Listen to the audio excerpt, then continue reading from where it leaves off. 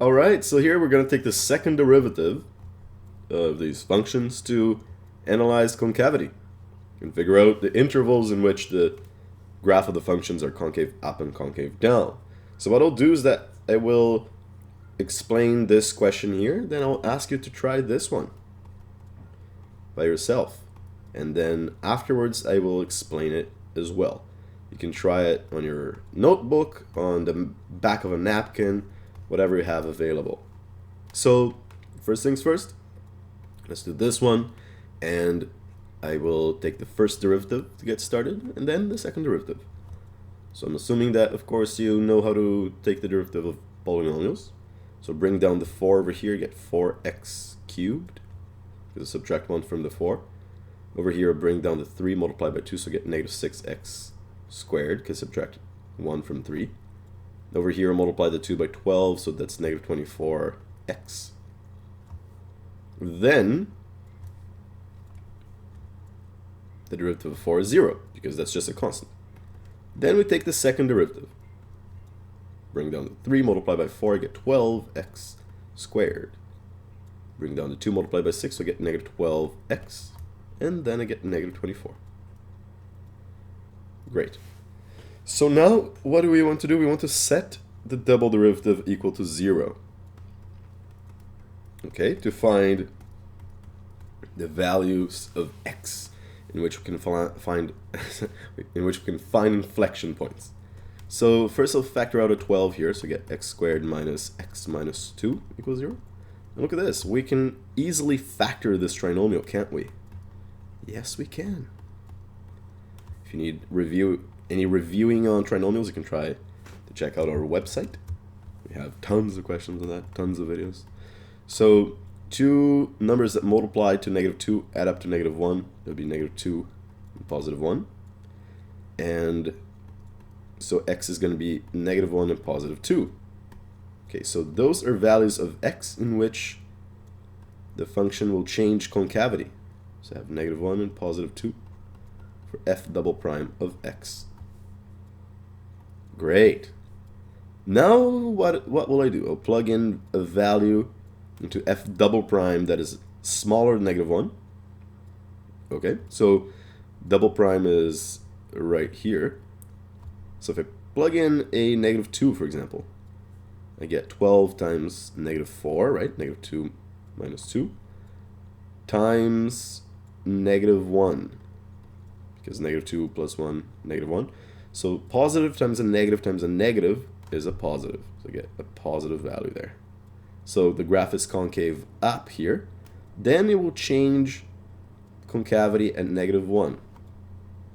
But let's test it anyway. We know that it will probably be negative since this is just a polynomial. So yeah, let's plug in maybe 0 over here. So get 12 times negative 2 times 1. So we get a negative value. So it's indeed concave down over here.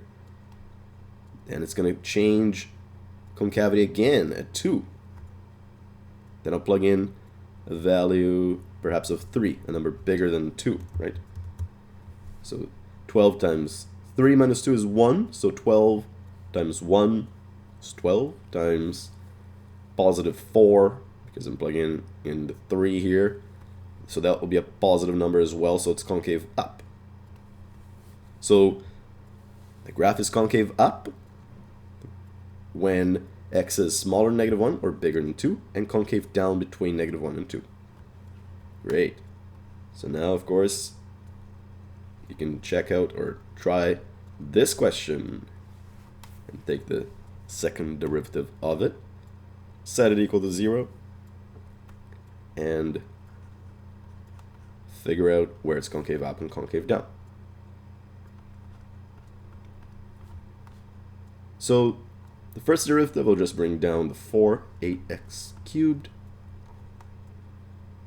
Bring down the 2, so get negative 72x. And the derivative of 31 is just 0.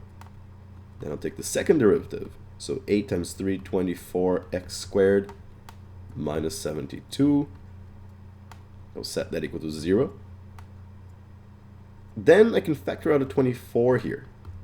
And I get x squared minus 3 equals 0. Oops, that was unintentional.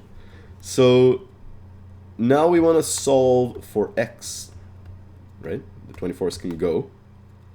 And in this case, it can actually...